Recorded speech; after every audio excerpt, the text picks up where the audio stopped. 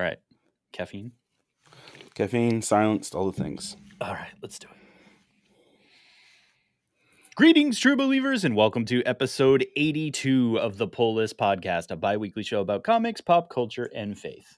My name is Chris Poirier, and with me, as always, is the one, the only, as previously seen on DC's The Swamp Thing, Hector.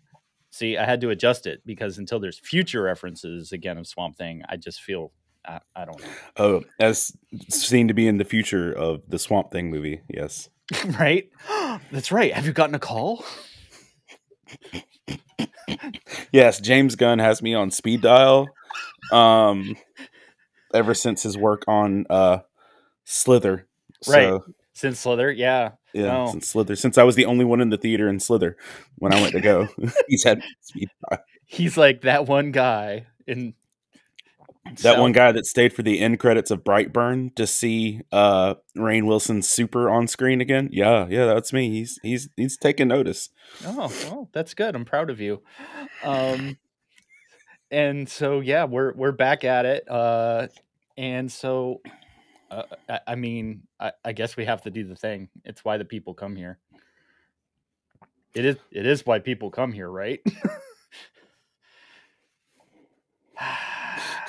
It's debatable. Fine. I guess the people came because like we just automatically popped up next on their podcasting app of choice. I'm still subscribed to that. Oh crap! I gotta remember to do that. I mean, I was watching cooking videos. How did this open up on my YouTube? I mean, I guess strap yourselves and prepare yourselves, for we've got Comic Sign! Better put the word out. Get ready for the nerd out. Better put specs on. Better bring next on. I cut handsome checks for my expansion sets. They call me Obi-Wan.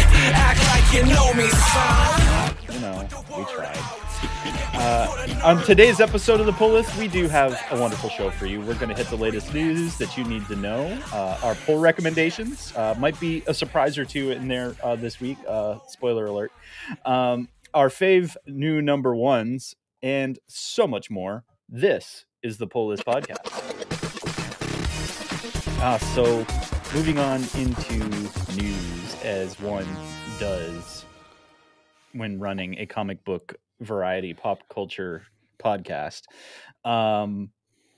Comics right now is, well, I should say the industry of comics are all gathered for Comics Pro. They're in Pittsburgh. Comics Pro being the professional organization that does all of the comic booky industry things. So retail managers,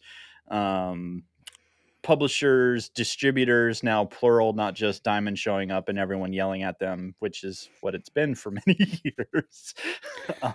We own your souls. Shut up and get in line. No, that's usually Marvel at these events, but I digress. Carry on. Man, no,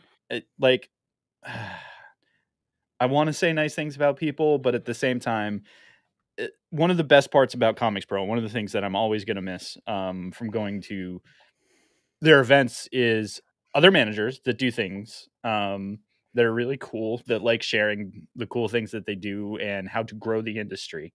And a true mentorship environment exists in Comics Pro between store owners and all that. But usually the publishers will come and give kind of a preview of what's coming for summer and fall for the year so that folks kind of get an idea of, you know, how they can hype up their clientele. They can figure out what they actually want to order. Like if there's a wedding between Batman and Catwoman and they should perform ceremonies and have 49 million covers. And that was the year that we disowned DC. What? So the big two, Marvel and DC, it almost always is night and day between their two presentations. DC would roll in most of their senior leadership, sit down and be like, get out your smartphones because you're going to want to take videos and pictures of these things. And it was usually pretty cool. And then Marvel would show up with their paid security goons and be like, if we see a cell phone, we will tackle you and remove you from the room because we're giving you the insider dirt. and then they wouldn't. And it'd be from their senior sales people and no actual editorial or anyone else present. Yeah. So when DC literally sits like their entire editorial staff in front of the room and Marvel's like, here's the senior vice president of sales, it's like, got it. But I slightly digress. So a lot of us don't really get a lot of input out of Comics Pro, at least on Marvel news, typically, because we're not supposed to, quote unquote. But I will get to that after the first thing. So, Diamond. There is some Comics Pro news. I'm not just pontificating about what a bunch of industry folks do. Puff. I run a comics show and store. Yeah, it's very much pinky out kind of stuff. Wiggle your big toe. Go on. So, Diamond actually, instead of literally getting smacked around, because another part that they do, which is really cool, is they usually do roundtables where you can sit with representatives of major distribution hubs, publishers, very big pop culturally saley stuff, like statues and that type of stuff, and get some time with their senior executives so you can learn a little more about their companies or at least what their offerings are. And Diamond usually just has to sit there and basically get beat up on for a day and a half. But this year, one of the biggest things that they're actually correcting is after a year, almost 2 years, almost more than that, of other distributors being brought into the space, like Lunar and Penguin Random House and all that. One of the things that Diamond was getting beat up on was their cost of shipping. It's always been atrocious. There is a high likelihood, if you've ever wandered into a comic book store on a Monday through Wednesday, that you've heard a manager go grumble. The shipping costs are outrageous. I can't believe it's not even packed properly. Look at these corners. Yes, basically that. Hector just did the perfect impersonation of 98.3% of comic book store owners and managers. However, Diamond's finally done it. Probably that they've cut most of their profit margin out of it. Is they're dropping their shipping cost by almost 40%, so almost in half, which is good because honestly, a lot of folks have been backing off on ordering because when you're paying almost as much in shipping as you are for product, that usually isn't good for the bottom line. I'm not a math genius, but that doesn't feel great. So Diamond actually showing up and being like, yeah, okay, we heard you, and actually do the thing is actually really positive for us as the end users as such. So I guess congratulations, you found a way not to die for another year. Hopefully that works out. But my next bit of Comics Pro news is important because I just explained to you why it's funny, is we got a sneak peek at Marvel stuff, which means somebody did something they probably weren't supposed to do, or Marvel has finally learned their lesson and is letting people actually talk about the things they hear at Comics Pro. But Marvel, the X-Men hit 60 years old this year. So Scott Summers and all of them are... Is it just that? Good grief. I get it was 64. But, man, with all these other books being like 60, 70, 80 already, it feels like X-Men should be... It's not as old. X-Men doesn't even like qualify for Social Security, man. No, not yet. They're all working retire, but it was not a good enough retirement. They'd end up working at a Dollar General. It's a whole thing. Go on. Yeah, no. Summers is totally a greeter at Walmart right now. The whole Summers clan, right? Cables and electronics. Hey, he's got jokes. So yeah.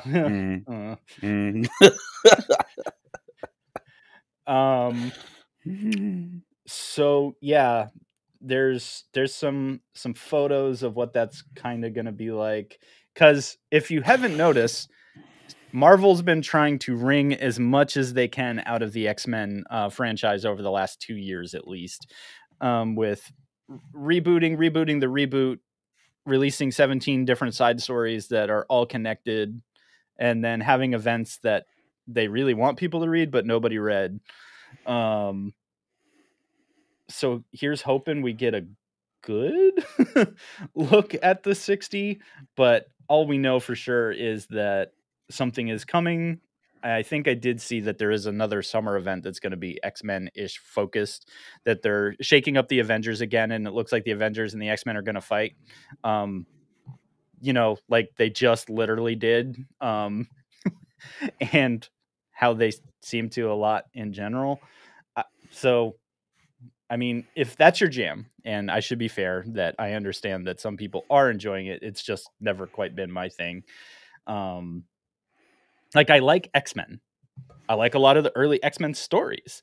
I like why X-Men exists at all, and the work that was done in being able to tell a story that people are like, oh, that's really relatable. And then a bunch of people feel really bad when they realize that they're actually the bad guy in that story. That there's a lot of history and everything there. So I hope it gets its due and that it's a good feeling. Well, and let's be real though too, like the X-Men and what they stood for 60 years ago versus the X-Men and what they stand for now aren't the same. And if you look at the X-Men 60 years ago comparatively to the X-Men now, it looks like instead of being social injustice and racism and division, now the X-Men books look like a class pitch for socialism and elitism and separatism. So it's like they've come complete full circle where oh golly, it does. The X-Men books now look more like the X-Men are what they fought against 60 years ago. I guarantee no one writing it would agree with you.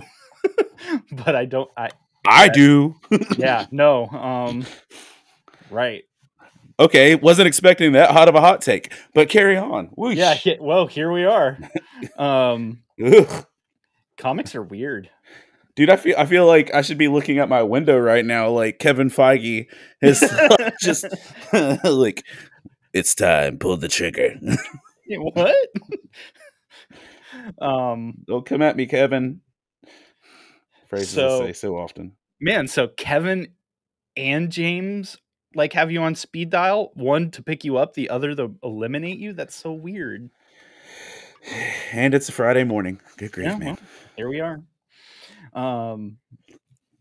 So that's Comics Pro. I guess the only other thing I could kind of give you to look at the Comics Pro world is the reason I get a bunch of Comics Pro news is A, all my friends that are there, but B, that Bleeding Cool literally will message every single person that hashtags Comics Pro and be like, send me pics. And I remember the day because I told people jokingly that it's the day I made it in comics, was the day that the managing editor of Bleeding Cool hits me up on Twitter and is like, send me all the pictures from the Marvel panel that I'm not supposed to have. And I'm like, no. But yeah, that's how they get their stories, is they hope that somebody in the room will think being important enough to be mentioned on Bleeding Cool for basically violating what a major publisher wanted you to do. It's like, hey, Rich Johnson and I are friends now. Oh, nope, he just wants my photos. Yeah. Oh, well. But now to say something nice about Marvel, because I try to bring balance to the news. And I think I can safely say that a lot of folks really enjoyed the Marvel Ultimate years. Am I wrong? I'd say 75% easily. Okay, that's of like Marvel readers. Like there was some, I think the Marvel Ultimate Universe also did some of the best Marvel storytelling, but on the flip side, I think it also did that thing of where we're changing genders, ethnicities, and statuses solely for the sake of doing it. I think honestly, the Marvel Ultimate Universe was one of those one of the times that started. Now, is that bad? To be fair, no, because we got Samuel L. Jackson, Nick Fury. That's Mhm. one. Yep. Otherwise, we'd still be Hasselhoff in this piece. So, I mean, it had. I enjoyed the Marvel Ultimate World of a good deal. So you give Nick Fury the cred, but Miles just gets nothing here, huh? Miles was going to happen regardless. That's probably fair. And most people don't even really associate Miles with the Ultimate Universe. Except his first appearance. His first appearance, but dude, that's been a million years from now. And like, because listen, was Gwen Ultimate? Like Spider Gwen? No. No, I don't think so. And so here's the thing: most people put that Spider Gwen and Miles were just part of this shindig because they've been around long enough. That's valid. But you've got the whole generation that didn't know about these characters until Into the Spider-Verse. So that's also fair. Those really cool new characters. Yeah, that's it, dude. That's all. Well, I'm actually semi-excited for it. Not just because Ultimate was typically a lot of fun, but who's going to write the new series that's coming, which is dubbed Ultimate Invasion, because Marvel doesn't know how to use new words either. Like Crisis. Pretty much. It could have been the Secret Ultimate Invasion. The Secret Ultimate Invasion Wars. The Secret versus Ultimate X-Men. The Secret Ultimate Invasion Clone Saga Wars. Zombie versus X-Men. Then we've got it nailed. But write that down. Actually, that's a good one. We should pitch that. Oh, trust me, I'm sure it's already in the works. Yeah, that's fair. Hitch and Hickman are coming together to give us this series, and that's a heck of a team. Not gonna lie. It's gonna both look good and probably, hopefully, be well written. So we shall see. So yeah, Marvel Ultimates, folks. You've got some stuff coming up. Yeah. Oh goodness. Actually, looking kind of buried in it, I see the words X-Men, Spider-Man, Secret Wars, and a bunch of other stuff in there. So we were mostly right. Cool. Yes. Wow. On the other side of the coin, DC has rolled out what their summer is going to be, and are you ready for this? No. Mr. DC? Yeah, probably. It's called Night Terrors. Is that something that happens within a fear state? It didn't say, but my goodness. It has been dubbed fairly exclusively horror. The horror. And all of the promo is very emo-y goth for DC. It sits kind of in the middle of this Dawn of DC / Lazarus planet that, Rebirth is over, and I guess it's Dawn of DC now. So that is too. Rebirth officially over? It's weird because they keep talking about how Dawn of DC is technically the future, and the new tagline is forging the future one hero at a time. So yeah, I think so. And we are already getting some of those books, and we'll save it for the second half of the podcast because we're going to talk about one of them. That's not just a creative team. I believe that is technically the renumber start of that place for that hero, because if you look back at the book, it has the Dawn of DC tag on the top of it. Yep. So yeah, it's got a lot of metal-y type stuff in it. A lot of stuff. Oh, that's a very fear state looking scarecrow. So yeah. So I wasn't wrong. Carry on. Yep. So there you go. Your DC summer event is gonna look and feel like a Halloween special more than anything else. So, and that's a weird thing to do in the summer because, I don't think people are there yet. No, usually summer is. I don't know. They're probably trying to get that metal vibe because that was a summer, I think, when it started too. So there you go. And then finally, just a little bit of industry news as we shuffle the deck. Oni acquired Lion Forge a year ago. So two kind of smaller independents combined into kind of a bigger independent. Oni had a bit of a revolving door at editor-in-chief and some of their senior editorial staff over the last year. They're bringing in another EIC, which I think makes like their third or fourth in the last year, give or take. Like I said, it's been a lot going on over there. But they just picked up Sierra Han, who was at Boom for the last 7 years. So that's interesting because we've talked a lot about Boom over the last 3 years. Yes. Because their star just like, woo. They have done a lot of very good things. A lot of the books that we've talked about here have come out of Boom's catalog because they were just writing super good stories. So Oni has usually done some pretty neat creator-centric type stuff. I've picked up a few of their books along the way that I've mentioned here in the past. So that's just keep an eye on that, because someone that was helping mint that much success at Boom hopefully will bring something to those smaller press and hopefully grow their lines.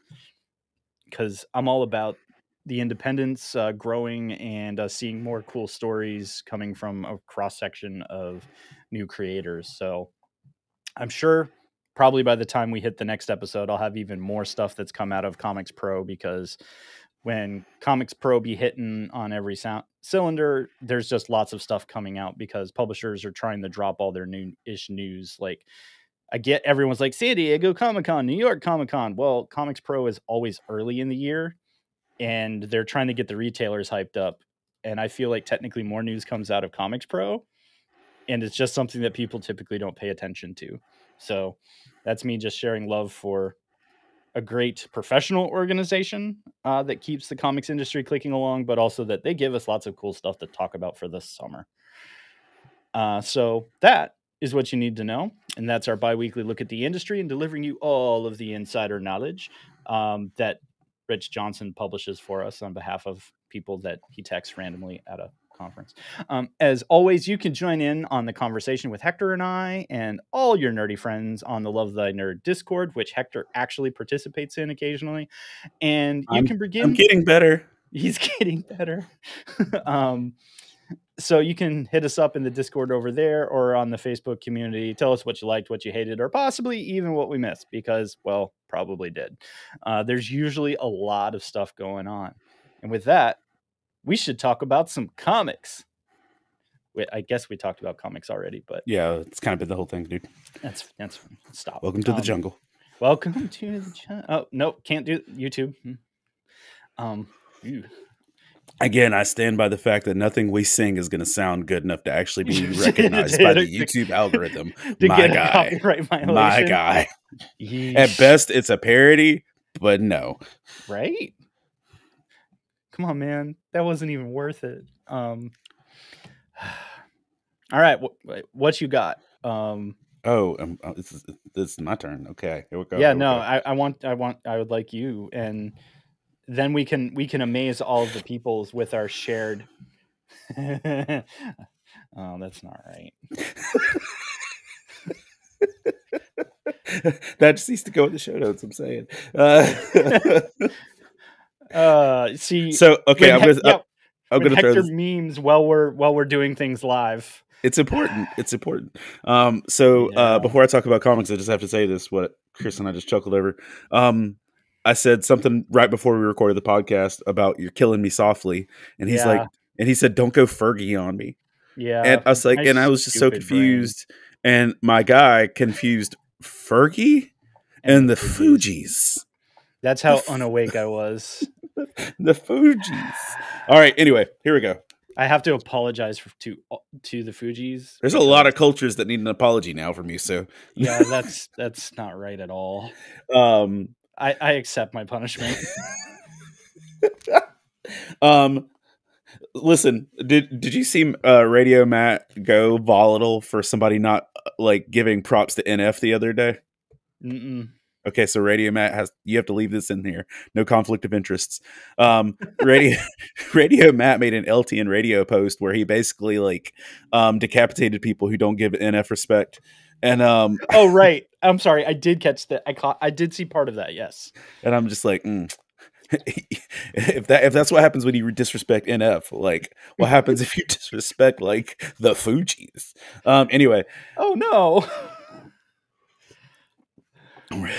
we're gonna have a digital lynching for Chris Bourrier's musical references. Okay, here we go. I stand by the fact that the One Bad Day books have been a solid slap all across the board. Yup. I think the Bane was on Bane or Catwoman were on my last week. I don't remember, but I've enjoyed them all. Even with Two-Face being the weakest of the lot, these have been solid. Clayface gave us another one where we go all the way back to Basil, where he is trying to earn his time to become a big actor in Hollywood. He's trying to earn his time with that, so he's working in the same restaurants that all the struggling actors work in, and he's trying to establish relationships. And can I at least mention that this book was amazing, but I have to do this because it got stuck in my brain while I was reading it.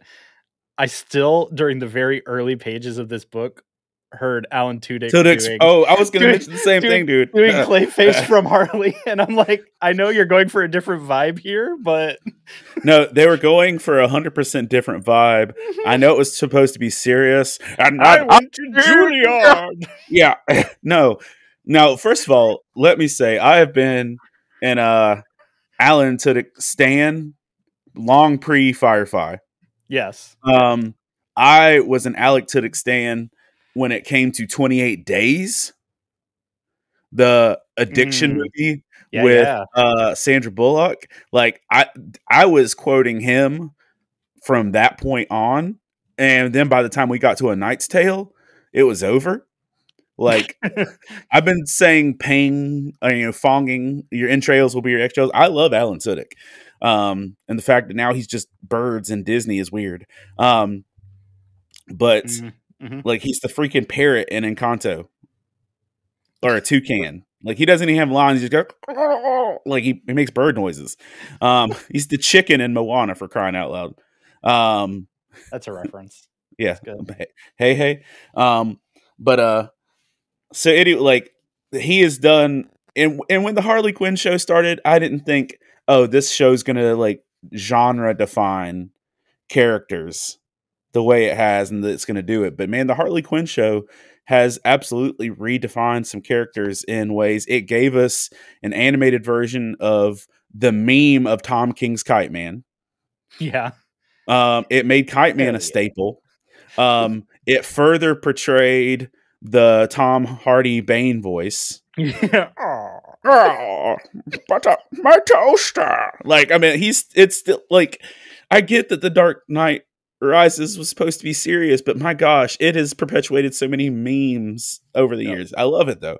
But honestly, that was one of the things that made me like this book, is because this sucker is trying so hard to be so serious, but the story they told mimics the Harley Quinn Clayface so well that I couldn't stop hearing the voice. Yep. Like, and I was trying so hard to hear. I was trying to hear that tortured voice from Batman the Animated Series. Yeah. I was trying for that, and Alan Tudyk's voice would creep in. Yep. And so, that being said, and that it was almost literally part of one of the plot points from Tudyk's character. It was the whole James Gunn plot point. And the fact that before they announced that James Gunn was taking over the DC universe, that he was a character on Harley Quinn season 3. Yep.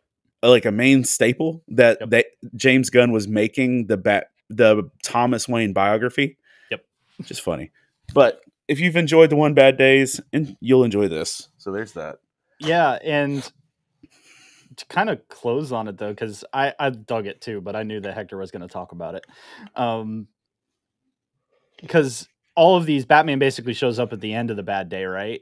Yeah, mostly. And so when he shows up, he's like, yo, my guy, I want to give you guys some space because life sucks and stuff like that. But spoiler, no spoilers. He's like, you've killed 9 people today.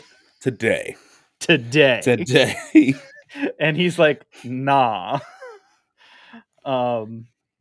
So I did kind of dig it's technically a very gritty Clayface, but if you have had Harley Quinn's HBO Max show in your head at all, yeah. And more just moderate Alan Tudyk praise. The fact that he's the Joker and Clayface, right? And that, like, at first I was like, oh, the Joker's the important role, and that Clayface is like the whatever role, and I'm just like, hold on, you made like his Joker's impressive, yep, but my goodness, he owns Clayface like really well. Okay, going on. First of all, let me say this makes my pull list. A, because of lack of good books. And B, for the fact of one plot point at the end. Okay. Have you read this? I didn't. It kind of lost me about 2 issues ago. Yeah, and it's I'm not saying it's picked itself back up. Yeah. Okay. This is DC's War of the Undead Gods. Now, here's the thing, though. I've put like $400 into this franchise specifically, probably because I bought the hardbacks of every other. Once these stories have been collected, I've bought the hardbacks, and I think Todd, in his loving self, got me the one that I hadn't gotten. So, because Todd's a nice friend. But like, I've been reading the story, and I was like, kind of like, oh, dude, I don't want there to be more to this story. Please stop. But now we're fighting the undead gods, the new gods, all that jazz. All the gods. Wait, huh? What? Said all the gods. Wait, what? All the gods. And that's what's happening. And so, like, we're at the point where, again, yet Damian Wayne is Batman, alongside Alfred, and all these other people are still survived through all this mess. And the reason this gets my nod for getting approval is the fact that it just had a moment, and I'm a sucker for certain things. And at this point in the story, like I honestly, dude, I've liked Alfred forever, growing up with this, and Mike Perna kind of pointed it out, and we did the whole thing with that. But like, I appreciated Alfred before them killing Alfred. But I'll say this, I've missed Alfred being a staple. Right. So whenever I get Alfred in a good form, I enjoy this. So one of the plot points that happens, and I don't think anybody that's reading this cares enough to actually feel like it's spoilers, because nothing that's happening is like, oh man, my soul's dependent on this storyline.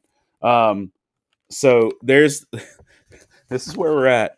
A zombie Mxyzptlk. That's a sale point. I'm not gonna lie. Oh no, there's a giant battle in space between a zombie Mxyzptlk, and I'm surprised I can say that word.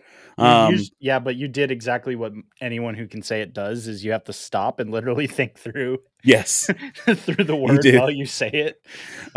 There's a battle raging from last issue to this issue between a giant zombie Mxyzptlk and the Spectre, and plus every other magically-ish entity.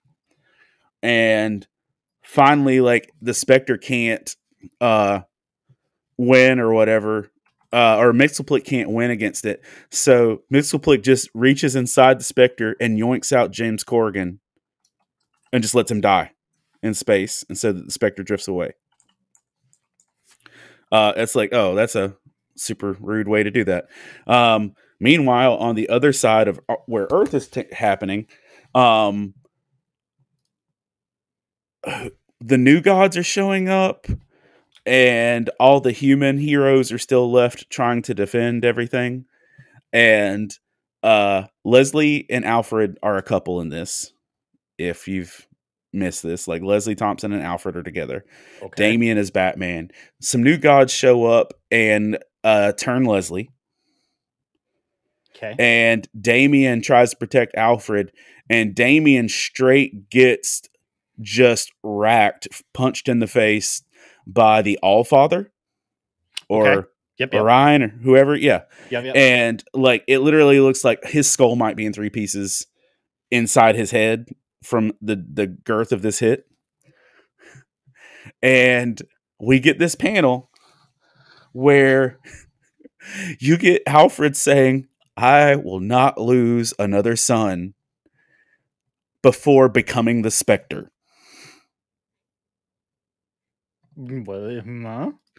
Because it just was perfect timing that Mxyzptlk killed Corrigan, and the Spectre needed somewhere to land at the time that Damien got punched in the face too hard, and Alfred becomes the Spectre, even with his cute little mustache. And if for nothing else, if you had said, "Hey, Alfred Pennyworth's the Spectre now," I'm gonna read it. I'm gonna read it. I'll read it.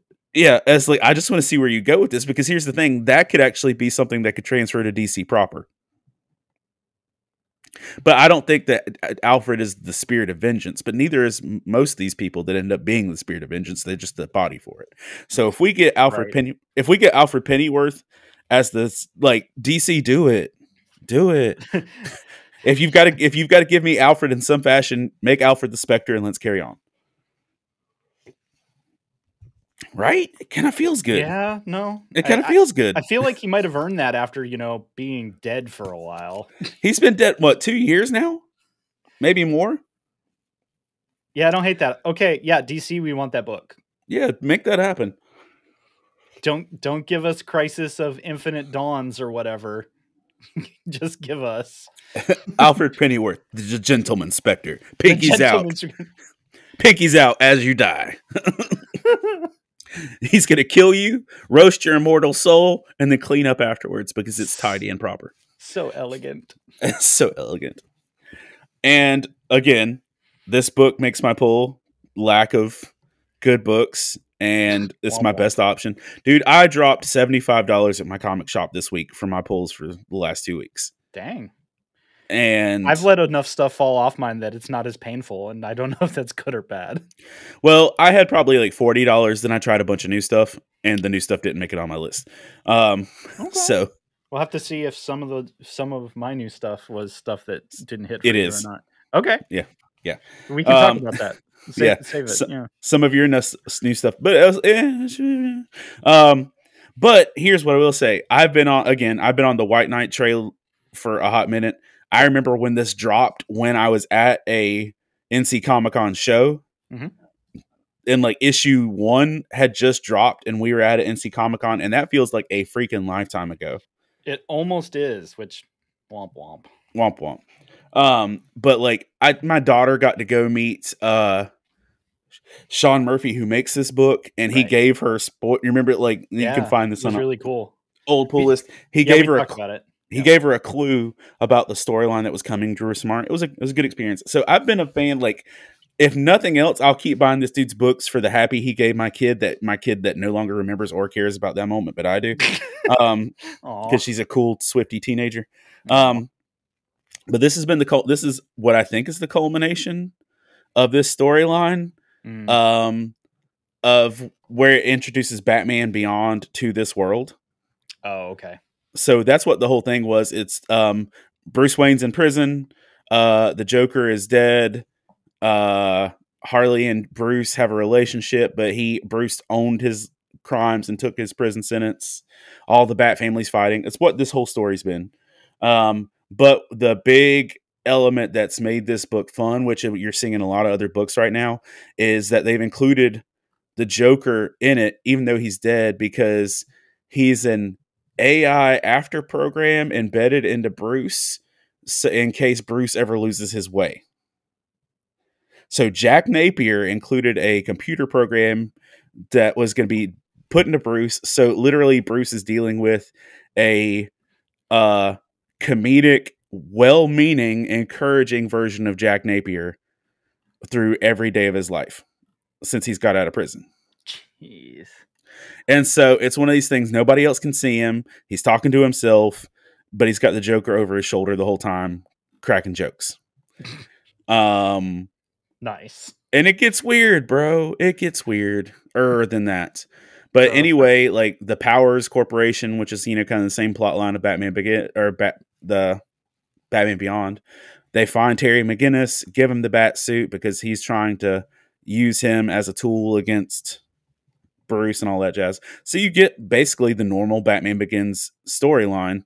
But in the process, the Joker and Harley's two kids, the teenager in that group has been kidnapped by the Powers Corporation.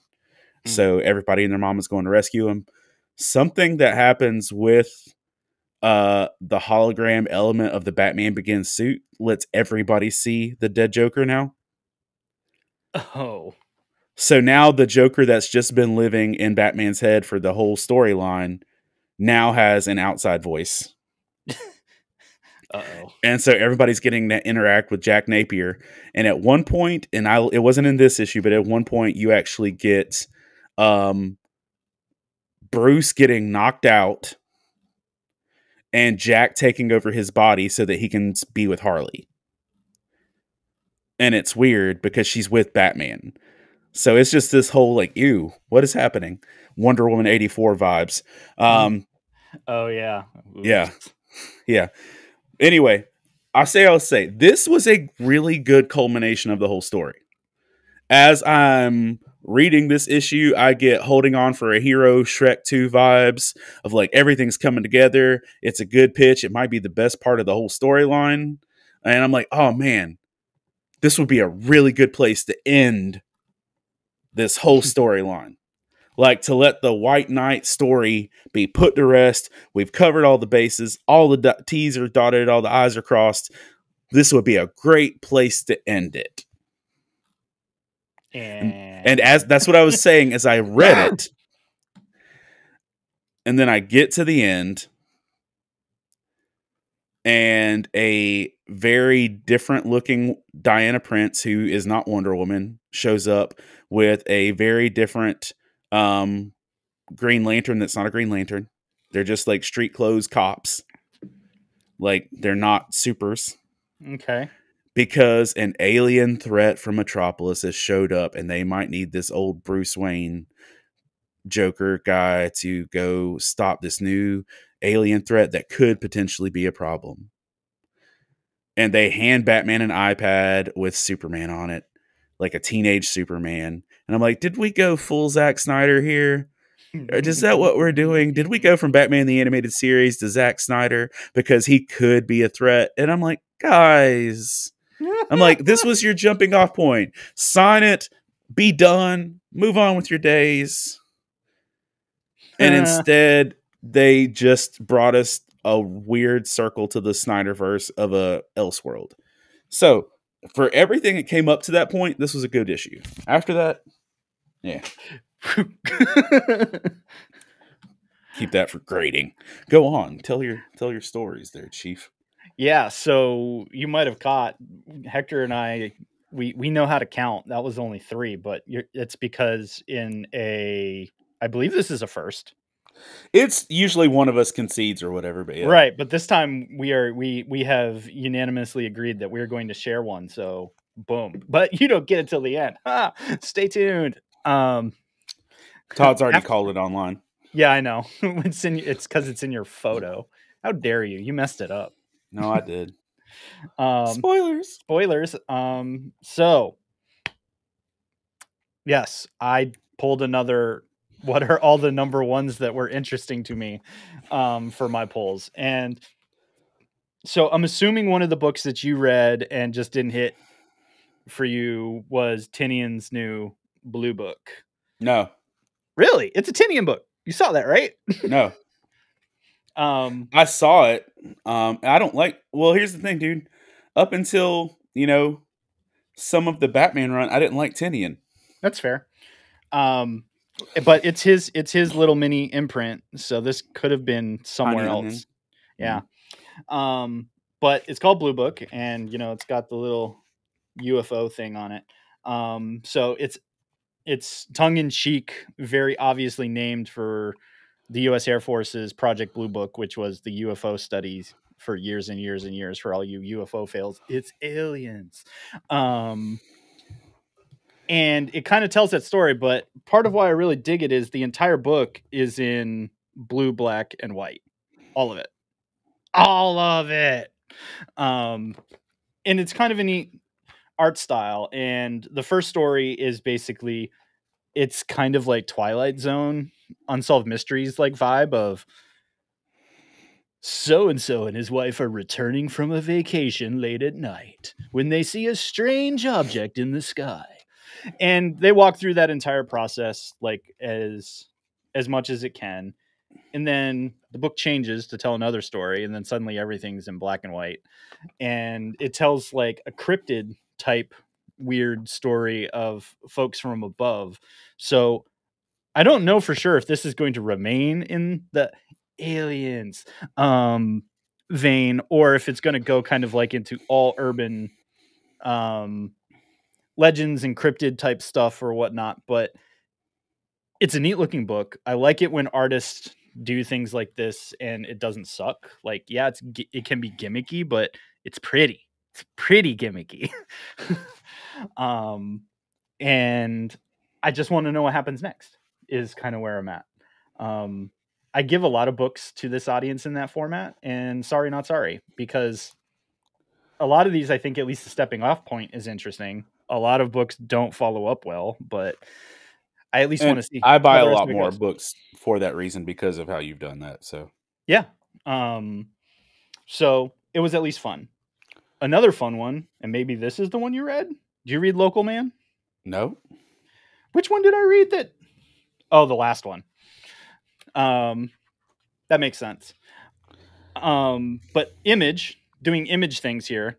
The premise is actually the premise right here. So if you turn this book upside down, you'll find another book.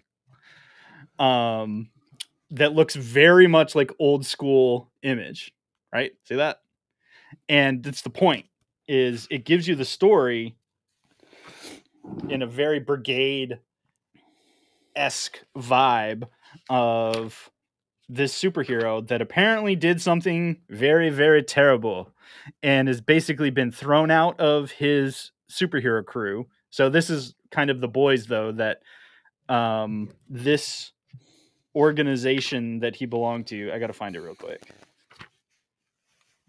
It's like, oh yeah, they called instead of X Gen or Gen 19, what was it? I forget. Another Image book, but it's a play off that this is third gen, the team third generation. Something terrible happened. They stripped him from it, but they function as a corporation. So he is to never use his likeness, his superhero name, even his basically signature move is copyrighted. And he's going home to live in his parents' basement because he's got nothing left. And they kind of tell the story now of he's not supposed to do any of those things. He literally gets served papers because he uses a trash can lid as a shield, and he is no longer to use shield or shield-like objects in anything that he does. So it's this. see, I would have read that. I didn't see that. But what's really great is it seems pretty clear, kind of like the DC books that have the shorts that kind of continue at the end, that they're going to give us the other book in about the same amount of space. So you see, yeah, well, so it's a 2-for-1, very imagey type book. That I was like, this is one I think the gimmick's fun. So I think this one might make the poll as long as they don't jack up the story in the next issue or two. So tons and tons of fun. I don't have to say a lot here. I am officially adding Junkyard Joe to my poll because this is just fun. There's a lot going on here. This is one that actually I think I have to recredit Todd for telling us about Once Upon a Time, that this story of this Vietnam era robot and the super shadowy government organization that supposedly controls him, except that their robot is basically gone. This is your second time having it on here, right? Second or third at this point, because it is one of the more it's one of the more interesting things out there, and it's a Jeff Johns joint. Like, why are you good out here, Jeff? I was about to say, in Inigo style, I don't think that means what you think it means. Right. Jeff Johns joint used to mean a thing. Right. Now it means less of a thing. Well, and what's even funnier is Gary Frank is drawing it, which makes this the most DC Image book possible. So yeah, it's Jeff Johns approved Wonder Woman 84. Just saying. Jeff. So that leads us to Chris and Hector's joint book of the week. We share custody. We've drawn up papers. This is going to come as a shock to people that know how I make selections, and maybe not as much of a shock for how Hector makes selections. But I'm not sure either of us have uttered the word Superman in 84 issues. In 82 episodes. Of a straight Superman book? Probably not. No, I think we might have talked about action or maybe event books. Yeah, but not like just the standard Superman book. Williamson. And that was honestly the thing that got it, because I know what Williamson's capable of. Right. I know. So I've seen one of my favorite Flash writers. I was like, okay, everybody gets one. I hated what he did with Batman, which made me almost not pick this up. Well, here's the thing. I forgot. What did he do with Batman? I forgot. It was only a 4-part arc, and honestly, it wasn't. He was the changeover between two writers, and I forget where. I think he followed King, and it was only for an arc. And all of us went, what happened? Now, I really liked during King's run, like there would be some crossover books where Williamson wrote. I liked those. Yeah, no, like he did some of the Button stuff, I think. He did some of the Button stuff and some of the stuff with Gotham Girl and everything. But here's the thing, and I think this is why this book stands out to me, is also that art though. Oh, and did you notice that on the mural it had the Superman the Animated Series art? Uh-huh. So smart. So smart. And giving us Livewire, like in the first as well, is pretty great. Lex in his ear annoying him. Yep. Was like gold. But I think why this is going to stick for me in the longer run is this is what Williamson does. And it made a ton of sense for Flash because a lot of this is this, but Williamson writes a ton of internal dialogue when he does characters. And you usually see them in different colored bubbles, and you are supposed to understand very quickly in his style that this is internal, what's going on in the head of character. And I guess for me, when he did that with Batman, it just didn't click. But this made me go, yeah, that's Clark. That makes sense to me. It makes me feel like he gets the character better than other people. Agreed. And this book just made me go, because Superman is, one of the places that this all started. We've heard the story 1,000 times. We've heard versions of the story 100,000 times. This time it just felt natural to a re-entry point for Clark Kent, for Lois Lane, for Jimmy, all the characters that, we know and have some understanding of, but this just felt like Superman. And I've just not felt that way for a while. And sorry, Bendis fans, I don't care. That run just didn't do a thing for me. That might have been the last time I read a Superman book, and before that it was even longer. That I tried here and there to jump in, and just it always either felt so over the top, and it's like, no, just give me Soups, give me Lois, and and problem solving. And this is all of that, but I don't feel like it's overwhelming. And I want to read more of it.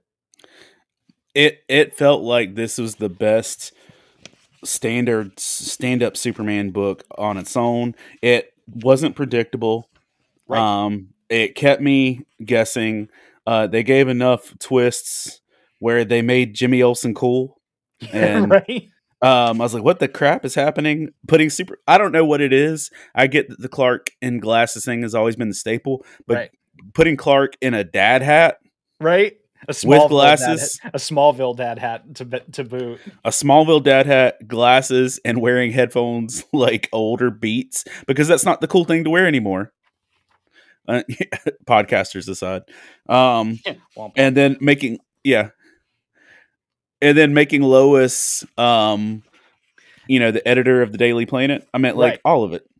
Plus, Mercy looked dope in this. Love Mercy as a character. She never gets much love. Yep. She's always like an expendable goon, depending on who's storytelling, and just the way they set the story up. I meant like there was a lot of stuff that just kept me like, oh, that was fun. That was weird. What's happening? Okay, cool. Right. And Todd mentioned on my Facebook, just also the way that Lex just took away the fact that everybody knows his identity. Right. So secret identity restored. You're right. Whoop. No, so if it stays like this, I would be good. And what the other thing it really tells me is I hope that this is the type of thing that James Gunn thinks not having Cavill is worth. Right. Okay. That if James Gunn brings us this kind of energy, it'll be worth it. Yep. Which BT Dubs, from what I saw, James Gunn confirmed this will not be a John Kent movie. Right. Because people were saying the age difference was a thing. So no, this will not be a John Kent Superman story. So what's your number one? Oh, my number one is another Image book, because Image do be in spring. Usually is when Image is like, hey, so remember how we haven't given you anything in 6 months? Yeah.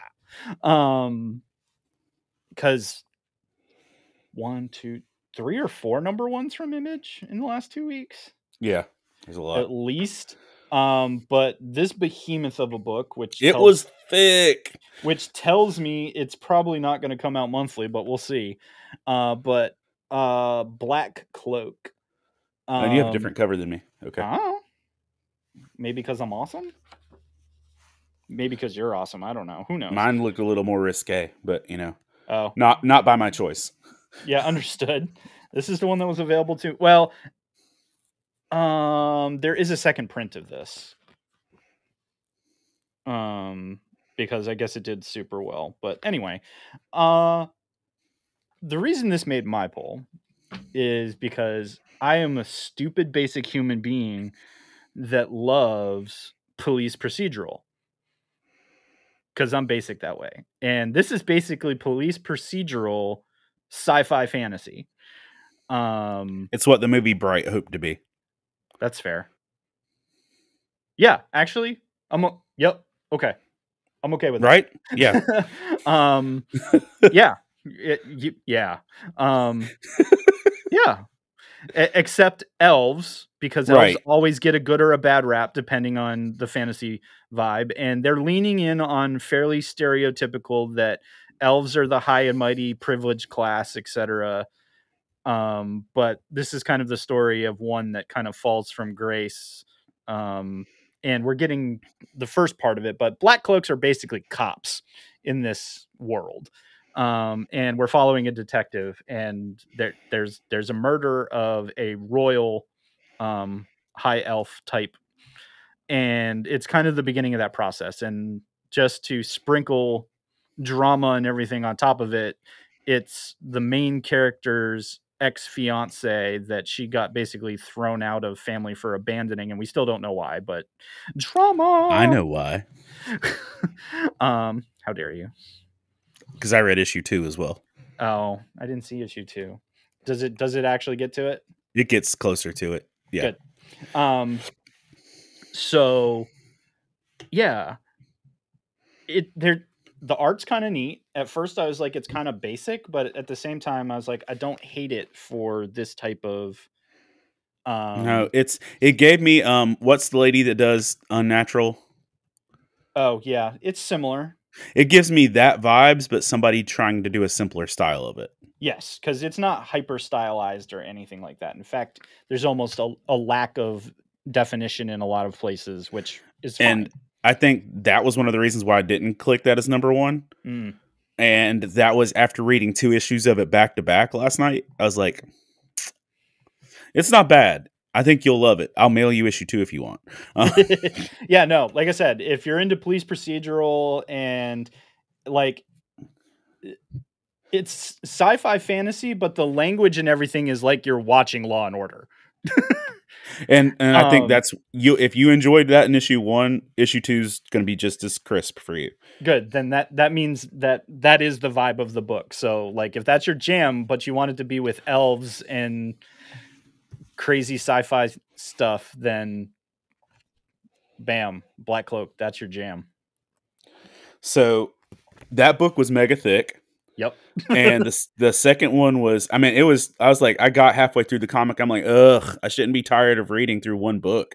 But I actually want to see now if they have the page count somewhere. So continue. And then the other one was, like the second one was good, but like, so I was going to go between that for my new number one, like, but I was on the fence, but I ended up going with, Liquid Kill, which I didn't see. So, and that's the thing. I grabbed a bunch of new number ones just to try the see what stuck. Did you ever watch Eon Flux? Oh yeah. This is Eon Flux. Ah. If that is your vibe, any way, shape, or form, this is Eon Flux meets Kill Bill. And the art style, you'll see, is just super gray. It is not black and white. Right. But like the entire thing feels like I wished it was brighter. So it's gray with like blood splatters. But like the art literally feels like, you know how people were like super tall and leggy for no reason in Eon Flux? It's that. Right. And like, but the whole thing is like someone trying to interrogate someone for someone's identity, somebody's location, and then a very Kill Bill-esque fashion of like lots of murders that follow in the wake, and it's incredibly stylized. There's violence that feels like I can hear the animation. Oof. Like of the runs and the slashes and the gushes and all the stuff. So if you like sword play, if you like super stylized violence-y stuff, not like The Punisher, but like anime violence. Yeah, I was gonna say anime. This feels like Eon Flux with Demon Slayer and Kill Bill. Oof. That's a sale point. Yeah, and the first issue left you on a cliffhanger, and I don't know that I want to spend $70 to complete this story, but I didn't regret reading this one, and so we'll see. There's Hector's I didn't regret this pick. It's like, yes, like I didn't regret it. I don't love it, but it was pretty. But hey, man. And I've said that before. Sometimes pretty is enough when it comes to comics. Here's the thing, Dean. I would have appreciated a little more hue in the color palette. But meh. And then it was like, and how about red? Because okay, like one of the reasons why I didn't even pick up the Blue Notes book or whatever. Yeah. I was like, I'm also kind of tired of the 3 color books, the Black, White, and Bloods, that, and that. I'm like, I want my books to have more colors than guitar chords I can play. So please, I could play 30 rock songs, just 3 chords. Yeah, and that's what it is. It's like, please give me more illustration colors than my guitar abilities. That's fair. I respect that. I'm done. Okay. Razzle dazzle. Well, I guess that means we're done here. So yeah. Well, that's it for us. Huzzah. Yeah, episode 82 is now in the books. It's now in your ears and your eyeballs. It's absolutely true. The rumors are not false. We are on YouTube, as long as YouTube doesn't All the copyright block us. rumors. Yeah, all the rumors, they're true. Scandalous. Yeah, well, we gotta get that hype. So we're on the YouTubes, so you can see how goofy we look when we talk about these things. But And then when we we hold make up memes of each other while we're talking. right, and when we hold up our books, and you're like, "Why is it quiet?" And That's because we're holding up our books and Right. expect you to hear that. Hear Right. that crisp picture? Yeah, Yeah, you got to watch this junk. You hear that? It's comic book AMSR, I guess, or whatever. Listen to the crisp page turn. Crisp. Wow. 82 episodes in, and you'd think we're good at this by now. No. Shenanigans. But a lot of you also know that we couldn't do this alone. We are part of the Love Thy Nerd podcast network. There are a bunch of other shows here. So be sure to go to lovethynerd.com, check out some of the other shows. Maybe you'll find something else that you like. And, you can catch all of our previous episodes and find yourself something a little, round out that workout or commute or whenever you listen to us. So yeah, that's going to do it. Hector and I, by the way, the Metroid's on my microphone for Michael Brown. Just throwing that out there. Just for you, Mike. Just for you, Michael Brown. It's because we love you. It's because he downplayed my Metroid skills. So I'm just saying, what's up, homie? So now we have to throw shade on YouTube. What's up? Get good. That's just kidding. I finished Metroid last night. I was like, I'm gonna put that on my microphone. There you go. So Hector and I do, from the bottom of our heart, our amazing comic book hearts, want to thank each and every one of you for choosing us as your primary comic book knowledge factory on a near weekly basis. So don't leave us hanging. Rate, review the show on your favorite podcasting app of choice. We're all over the place. The iTunes, the Spotify, Stitcher Radio, probably some places we've never heard of, but hey, you can listen to us. So that's all that matters. So thanks for listening. And remember, kids, read more comics. I'm gonna take all 7 continents as a game of risk.